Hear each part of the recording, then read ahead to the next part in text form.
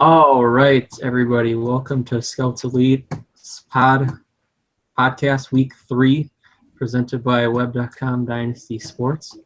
We have the usual four here today, the fantastic four, if you will. We got Caleb, Dan, and Josh. And Yo. Everyone want to say hi? Hi. Hello. Contrary to what Dan believed, this is not a combine preview episode. The combine does not start tomorrow. It starts next week. So next week will be the combine preview. I actually thought it started today. Just so everyone's aware, it starts next week, Friday. Can't wait. Or Thursday, I'm not sure. One of those 2 days. All right. Should we kick it right off into who did you watch this week? Who wants to go first? I'll go first. Nobody? I actually, watched some people this week. Finally got started on some of these wide receivers.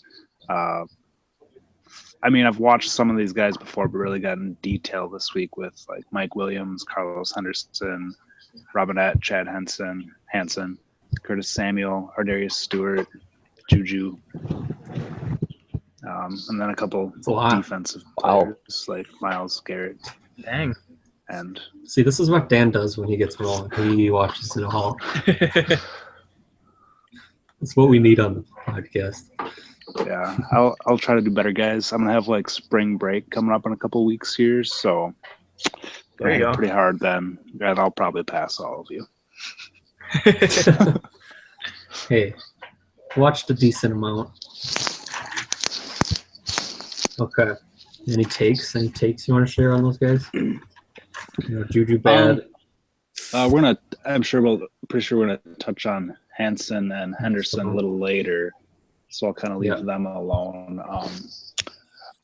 Honestly, two guys that I like a decent amount are Ardarius Stewart and Curtis Samuel. I think they're actually very similar players. They get touches out of the backfield and as wide receivers. I think they're both better as wide receivers.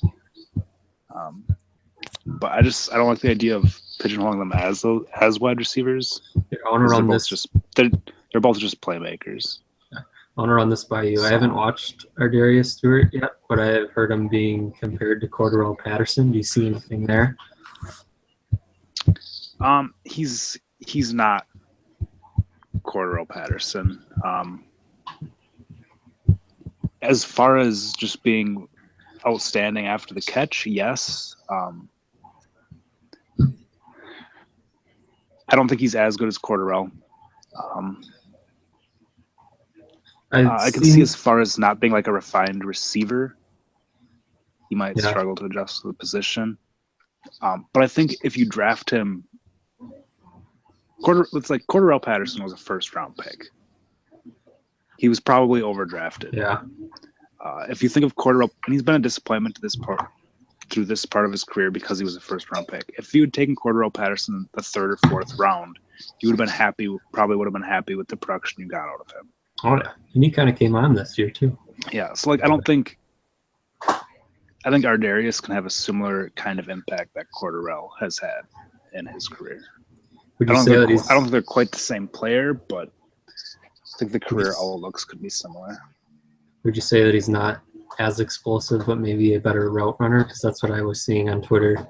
I mean, few are as explosive as Cordarrelle Patterson.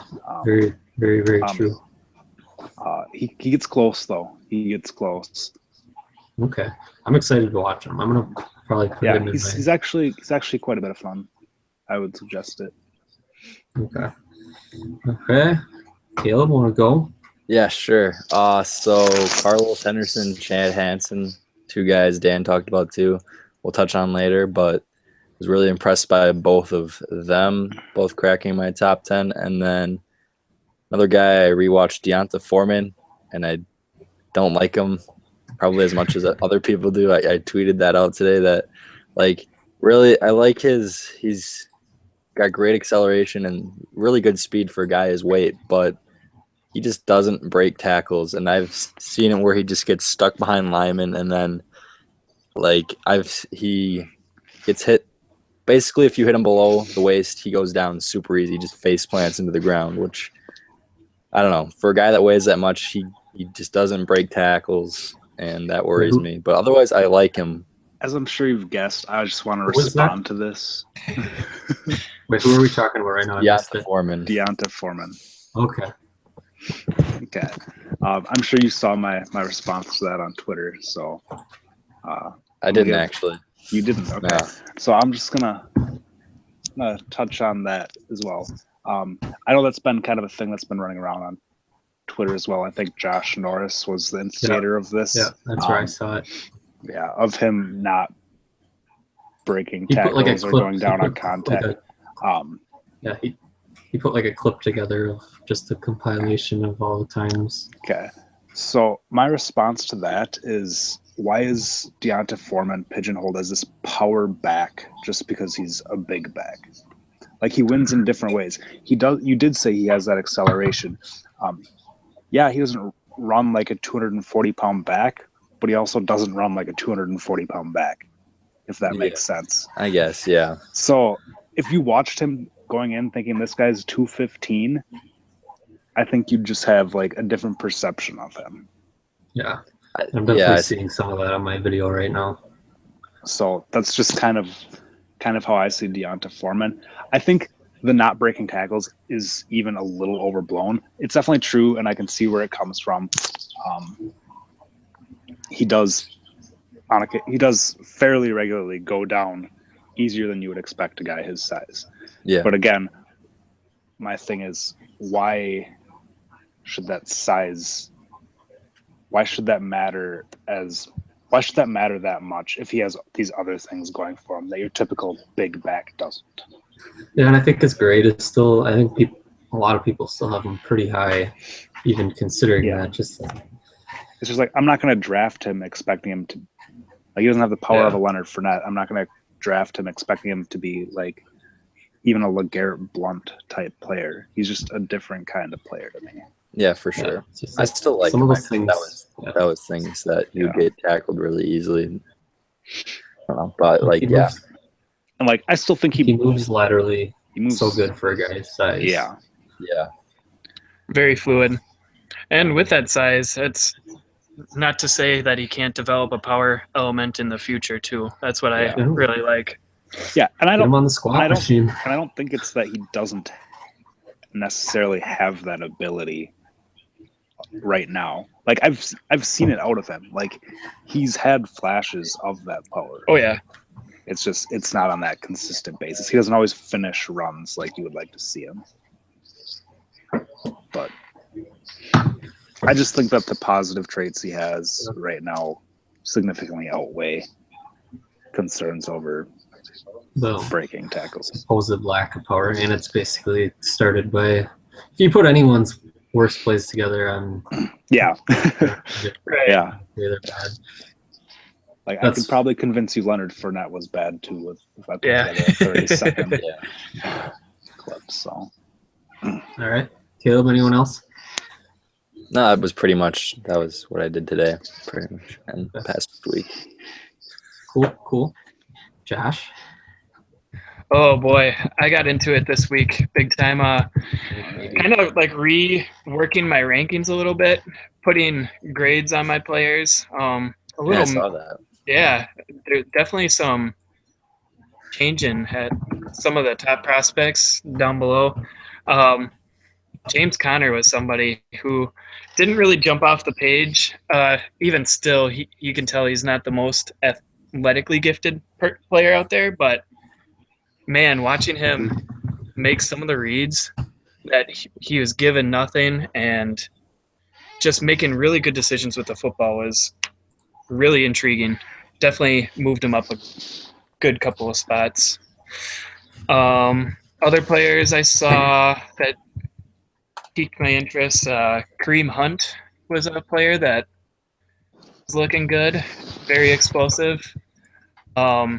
Only issue I have with him is he likes to take it to the corner when it's kind of unnecessary. And some random lower level receivers that aren't really worth noting. Throw some names at So us that's- just for fun. Oh boy, last night I watched Josh Malone out of Tennessee. Okay. Gabe Marks out of Washington State. I saw the other day. All right. So those are the two that are All just. right. Those are both actually on my watch list, so I'll be taking Are a they look really? at them eventually. Yeah. Malone's I've a never heard those interesting names. athlete, just not much of a football player. That's Okay, like not much of a wide receiver or not much of a football player. Both. Yeah, it's Okay. and part of it is he had Josh Dobbs throwing him the football, so the opportunity wasn't quite there for him to even make an impact on film. So Yeah. Yeah. Watching some of these wide receivers now reminds me how bad college quarterbacks are. it And it's painful sometimes. is. So Trevor Knight has been a player that is just like, come on, what are you doing?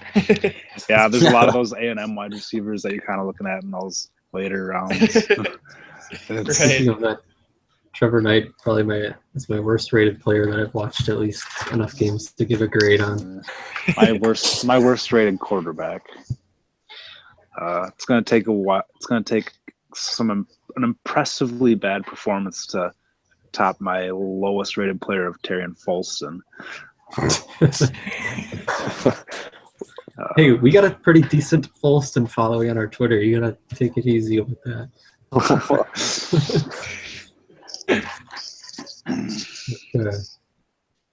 But yeah, that was about the gist of who I watched this week. Yeah. Okay.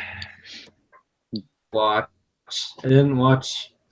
I said I was gonna get into defense this week, and I did. I watched actually some of the corners.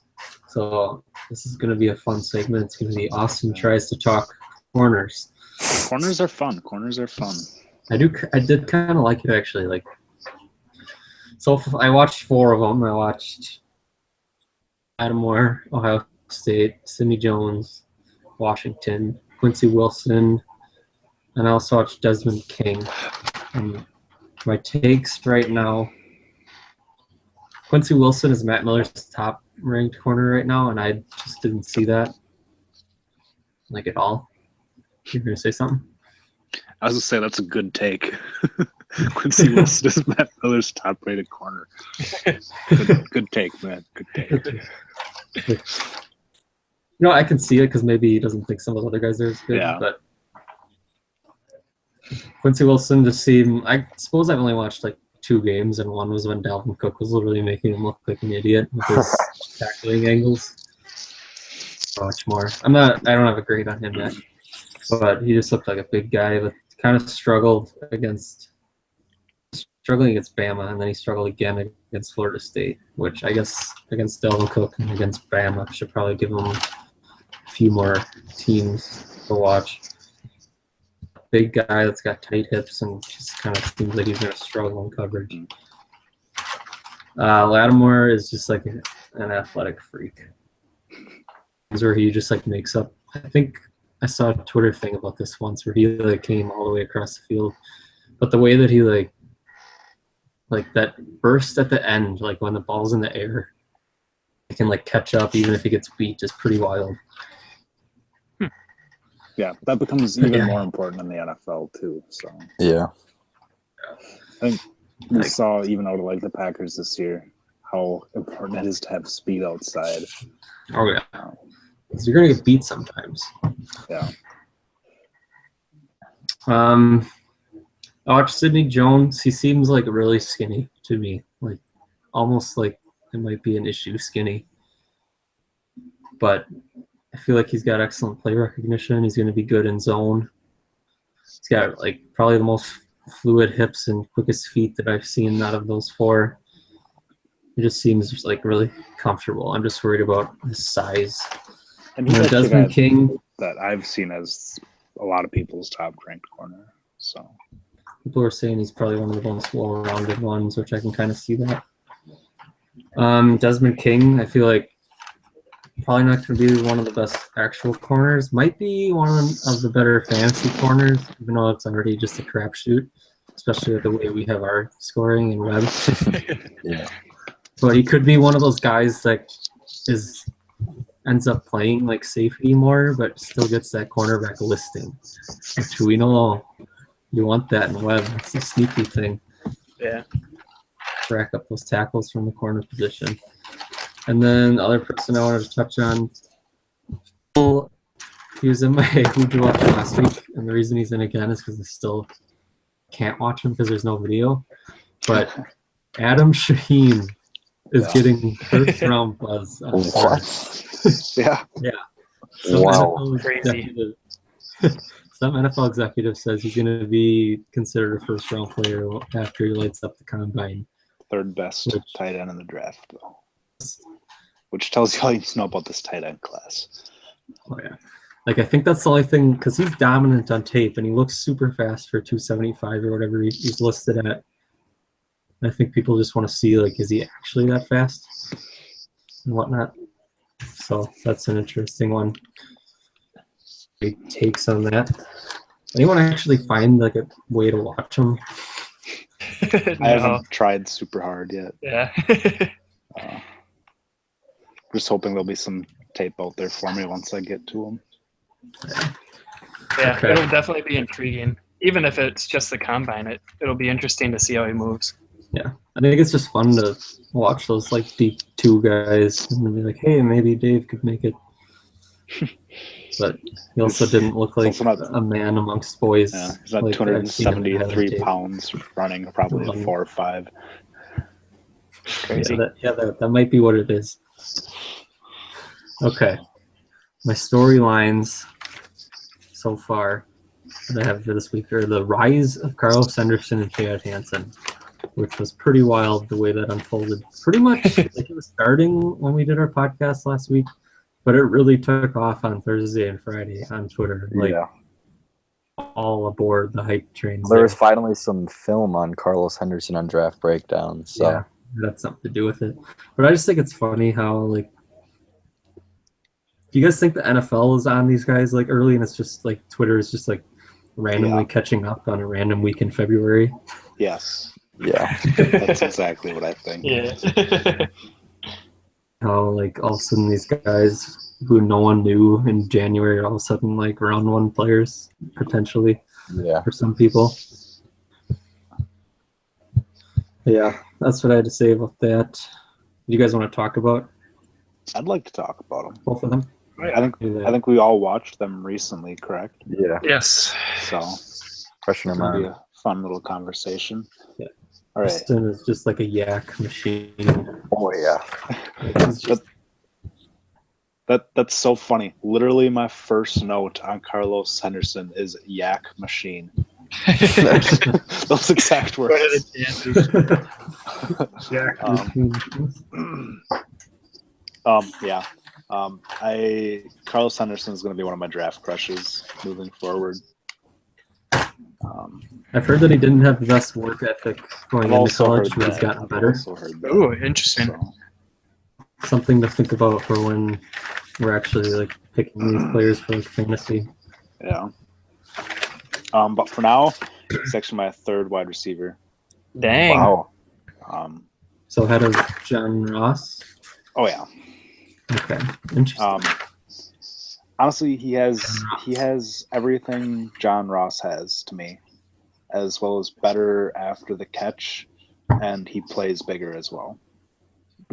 Yeah, he's listed at 5'11", and Yeah, I swore he was bigger than that when I watched him on tape. and he plays bigger. He plays physical. That catch, like, who knows, the catch maybe radius is impressive for someone 5'11". Yeah, maybe when one of those guys where everyone's like, he seems bigger than 5'11", maybe he actually will be. Yeah, maybe he comes in at 6 foot. Yeah, I don't know. But honestly, like, I don't want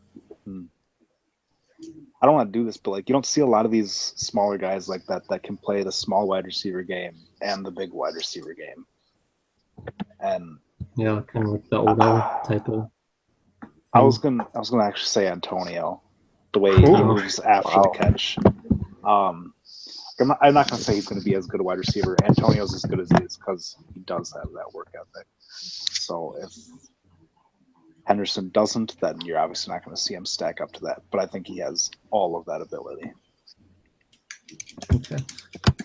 And then we got Chad Hansen, who, Dan tweeted last night you weren't impressed with his contested catch ability, which I saw is being confirmed by like a lot of people. I know Matt Harmon said that too, that he had one of the worst contested catches. It's one of these things where like he has this really good catch radius, but I feel like he's inconsistent with it. Yeah, it's inconsistent, and if there's someone in the area, I feel like he struggles. If it's just a poorly placed pass by a quarterback, which God knows he saw a lot of, I feel like he is going to make those catches. I think he gives a quarterback a lot of leeway in their ball placement as long as he is open. I don't think he's a guy that you're just going to throw up 50-50 balls for. See, but that's okay. Because and when I was watching him, my takeaway wasn't like, oh, he's just going to dominate 50-50 balls, but I was just impressed first of all, the speed. Yeah. The way he was able to get open, even in the short area, consistently. On those slant routes, he would get it and go. He's really quick off the line.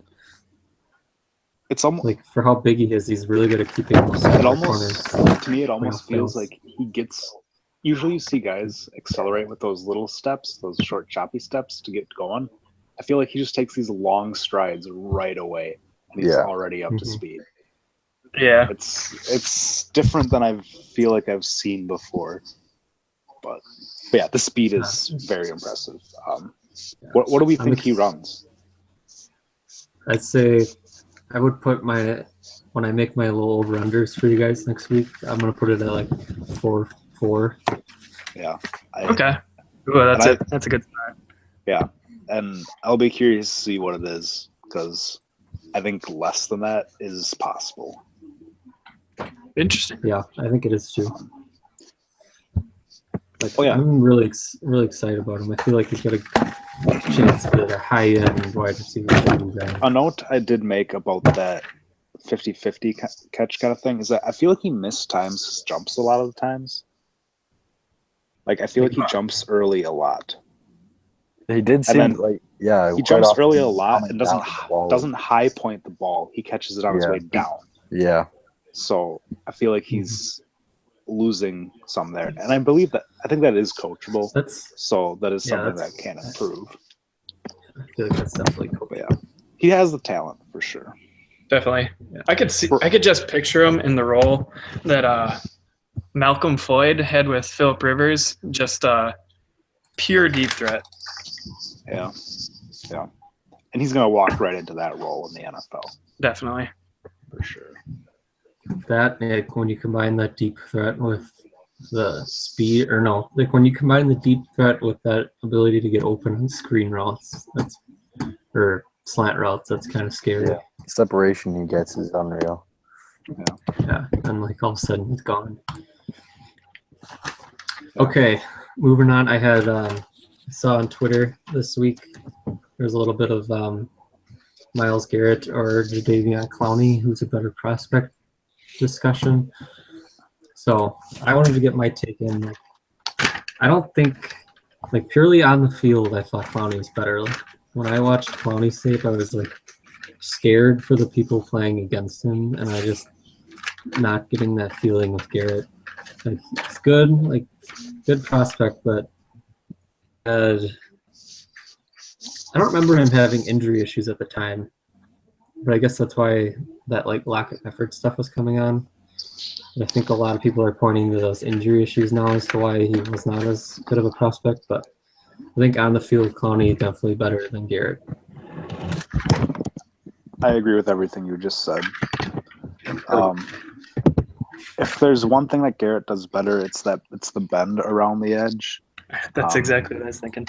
Yeah. He's a little bit more flexible, in the hips and shoulders and stuff. But just the explosiveness and power of Clowney is beyond any other defensive prospect I've watched. So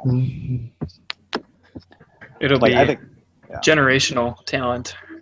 yeah, and it's like you don't like to throw that word around lightly, but he truly was. Yeah. Absolute freak. Let's watch his hit go. And it's like this is the you don't see Myles Garrett do stuff like this. Yeah. I mean, yeah, he's unblocked, whatever, but like it's just fun to watch. This is what this is where the scared for people playing came from. Like, it's like Jadeveon Clowney has, when he turns it on, he is unblockable. I feel like. Myles Garrett, I feel like, is blockable. An outstanding player, but he can be managed. Yeah. So. And then Clowney goes and runs a 4.6 or whatever the heck he ran it. Yeah. 2.8. Yeah. And Garrett's don't get me wrong, Garrett's gonna test off the charts at the combine as well. Yeah. But, okay. So my next storyline I had, I guess it's not really a storyline, but I felt there was a lack of storyline, so I kind of made up a few. This one, we're going to switch it to fantasy and defense. Maybe just go through who are we targeting? Who do we think are going to be the good fantasy defensive players? Caleb? Reuben Foster. Reuben. That's pretty much like I took an early look at linebackers. I'm not too deep, but I'm not overly impressed with this class. But Reuben Foster stands out to me way more than the other guys. I also looked at like Raekwon McMillan and the guy out of Florida. What's his name? It's like Gerard Davis. Yeah, they didn't stand out that much. Gerard Davis, yeah. But Reuben Foster he's just a heat-seeking missile out on the field. I love watching. Tackle guy. Week in, week out, hopefully. So that if we're targeting for Dynasty or just IDP in general, that's a player I'd go for. I'm not sure how early in a rookie draft I would pick him. That's what we're still trying to figure out with defensive players, but that would be probably my top player if we're looking at. All right. To me, IDP scoring is even more than offense dependent on situation. So and opportunity. But obviously Reuben Foster. Reuben Foster is going to step in anywhere and be that team's leading tackler. Yeah. Flies to the ball and hits like a truck, and I love him. He's so fun to watch. He's so fun to watch. Other than him, I mean, obviously Myles Garrett is going to get looks early as a defensive end, deservedly so. A couple of these other guys, basically just take your pick of the edge guys, assuming they end up at defensive end. Yeah, you want them to be D-line or D-end position, otherwise so, they're useless. You know, like your Myles Garrett's, maybe a McKinley. As far as the other inside linebackers, from the little I've seen so far, not super impressed. Seems like inside linebacker is just a position that hasn't been great in the NFL lately. A little bit of an exception with last class, but I don't know. And then you start looking at some of these safeties.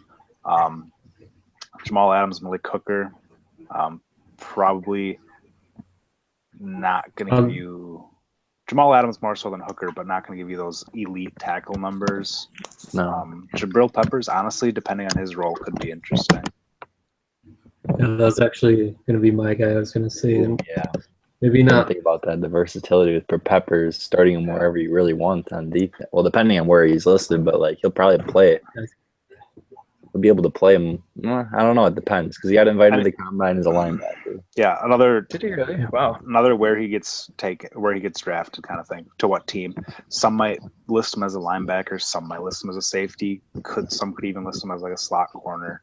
I don't think any of those would be super surprising. I feel like he would have his best value with our scoring system, which is tackle heavy. And if he ended up as a cornerback, I feel like that would be fun because he'd probably end up playing everywhere anyway.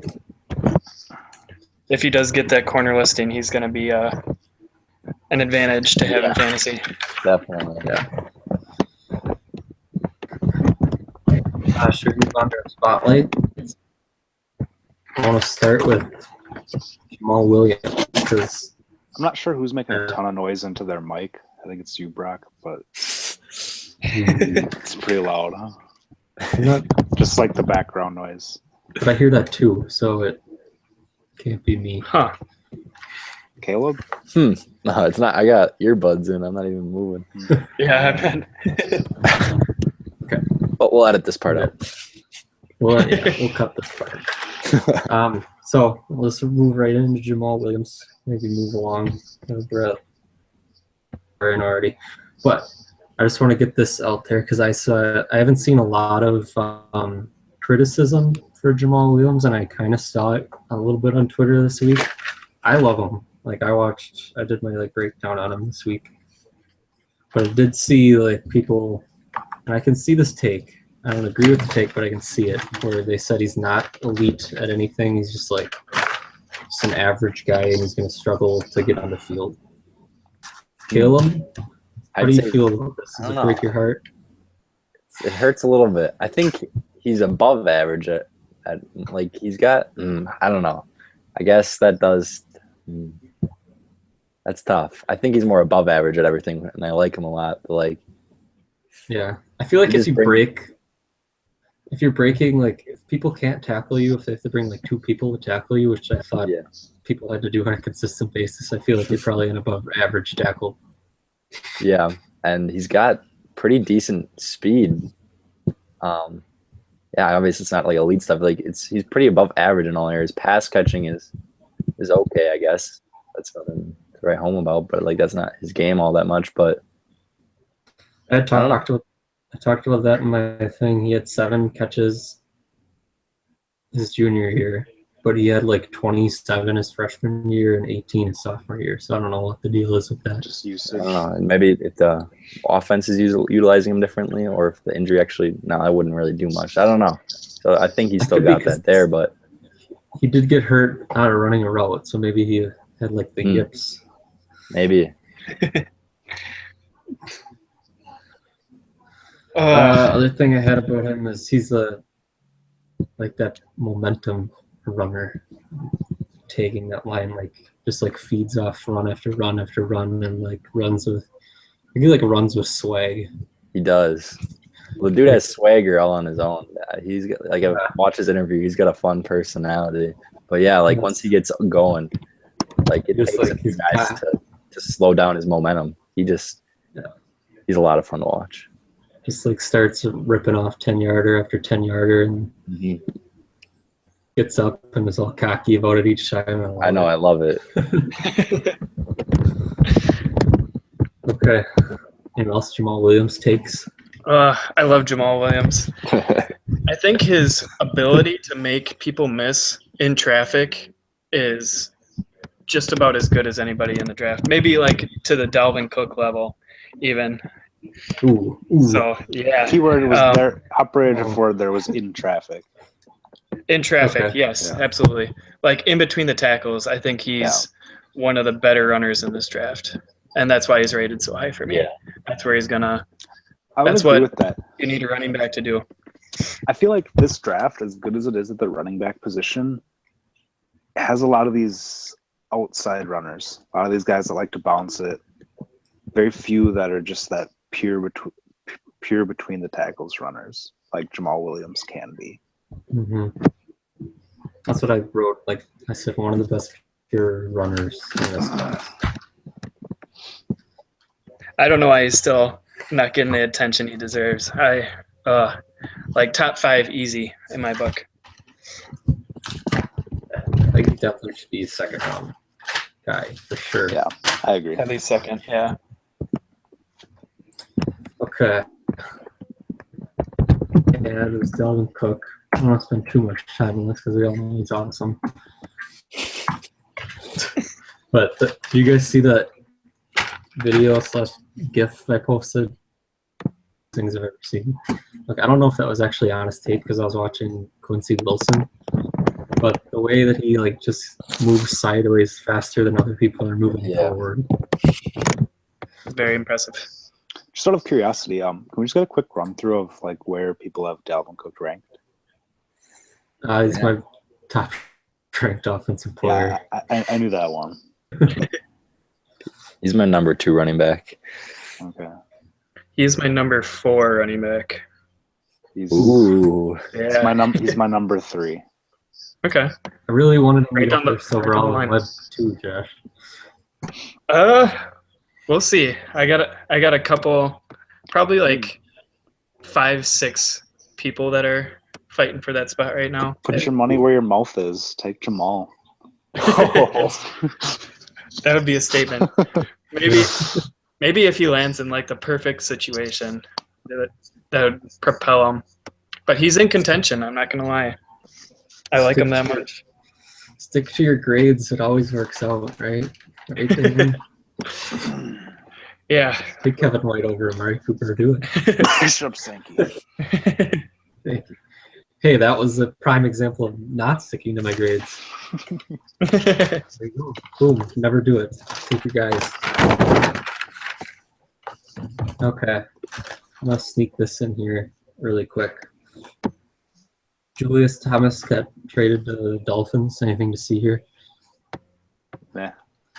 Probably same value. Meh. That's what I thought. That's a good. I mean, Meh. It's just interesting. People moving. he's Touch on it. He's I feel like healthy. his value is probably the same as it was before. he's healthy, could be fun. But meh. Okay. One of our go take another looks from last week. I know we had a bunch of them, but I didn't remember all of them. But one that I did remember was Marlon Mack. I didn't watch him. Dan did. Meh. Meh. Yeah. He's a little bit better than I gave him credit for. He's pretty fast. That's the order of my thoughts on him. I think he just doesn't. There's too many times where he's just like dancing around. That's what I was going to say. Yeah. He dances That's my around big the thing bat with him. and loses yards. Inefficient movement. I feel like he's just like moving so much and not getting anything done. Yeah. A lot of the times. And Like, not just behind the line of scrimmage, but like just even at the line of scrimmage or beyond. I feel like he's just like cutting when he doesn't have. Just there's movements that he's doing that he doesn't need to make. Yeah. There's a lot of people who really love him too, which I'm kind of surprised Yeah, by. and I'm not following. I'm not on board. I'm usually a guy that falls in love with speed fairly easily, Same. but it's still not doing it for me. Yeah, like I don't think he's that fast. He's fast. Like he's There's fast, one play but he's where not he was that. just like, He's not that fast. I was seeing I don't like remember what the like there's I one. saw- I know what play you're talking about, and I feel like people are like, You "Yeah, do. he's Chris Johnson," and I'm like, "No." No. Like, yeah, maybe he's gonna run a 4.4, but Quickly he was separating from his corners on that play. I was just like, Jesus. I'm gonna find my notes. I'm pretty sure I have an obnoxious one about how fast he is. Where is it? But yeah, usually when like Good review. draft Twitter starts taking off on a guy, like I'll go back and watch and I'll be like, all right. But this is one that I'm just not gonna get on board with. I said hits top gear faster than other players hit their top gear. Depth there. Wow. Okay. What else we got? Not much. I said I would love to see him gain 10 to 15 pounds. Yeah, he's a little on the smaller side. I don't That's know interesting. I don't know if that all helped that much. He just I don't doesn't either. run that physically No. to begin with, and Yeah. when a player like refuses to just use that speed to run right into another defender, I don't know if there's anything much that would help in that situation when you don't have that mentality. One thing that he does have going for him, and because of this, I wanted to like him so much. Love his name. Marlon Mack. Yeah. Big fan of the name. Pretty good name. Underrated part of scouting. Yeah. It's a real thing. Before I watched him, I really wanted him to be a power back, so it could be like Mack truck, but it didn't pan out. Yeah. He should probably just not gain weight and just keep what makes him somewhat special right now. That's speed. Yeah, definitely. Okay. Where's my outline go? The last one I had was why I hate draft Twitter. My example was similar to what we had already talked about with what I like Josh Norris, but with what he did this week with that, putting all the Deonta Foreman things together, I feel like that leaves us impressionable people all is bad, because I know I do that a lot too with people that post stuff. Yeah, it's about as valuable as a highlight film. Yeah, like Ben Natan does this a lot with quarterbacks. Like I see him like picking out like bad Trubisky throws and just being this your QB1, this your QB1. I hate that. Yeah. Like, oh, I'm gonna go find Mahomes throws and tweet them at you. Oh yeah, they're all Ben Natan. All right, Caleb, why do you hit draft Twitter? I love draft Twitter, man. Never mind, Dan. I hit draft Twitter. I have two. One, people that disagree with me. One for Caleb. People that disagree with me annoy me. Wow. No, I'm kidding. Stop forming your own opinion. Hate that. Other one is people like, well, I'm one of them, but people that don't actually know things but pretend they know things. You can avoid that by starting things out with, in my opinion. Oh, Yeah. I am part of it too with IMO. yeah. I am a killer. But no, the biggest pet peeve is definitely the one you mentioned. Yeah. People picking out, people getting like into actual fights. Or like small sample over a player sizes to debate. justify opinions. Mm-hmm. Most, like, what started out was the fights for me. People getting like actually mad at each other for having differing opinions, which I guess is what your first one was, Dan, basically. Like, why do people have different opinions and they want to fight you about it? Josh, do you hate draft Twitter, or you like Caleb and actually like it? It has its uses. The biggest pet peeve for me is any player that's under 6 foot is just the size stuff. Yep. is tossed into the slot Yeah. Guy. category. That always bugs me. Yeah. That. Like D.D. Westbrook, a slot player. That just doesn't make sense to me. It's easy scouting, right? Yeah. He's below 6 foot. He's a slot guy. He works well out of the slot. Yeah. I totally actually watched him. All right. Well, anyone else? Anything they want to get in? Or should we end it? All right. Let's just end it.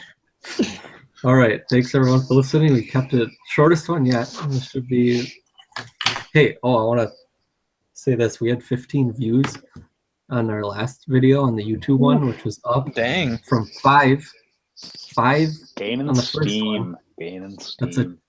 That's a 200% increase. So let's do that again. That's more than that. That's a 300% increase. 300% increase. Hey, don't forget about the Twitter.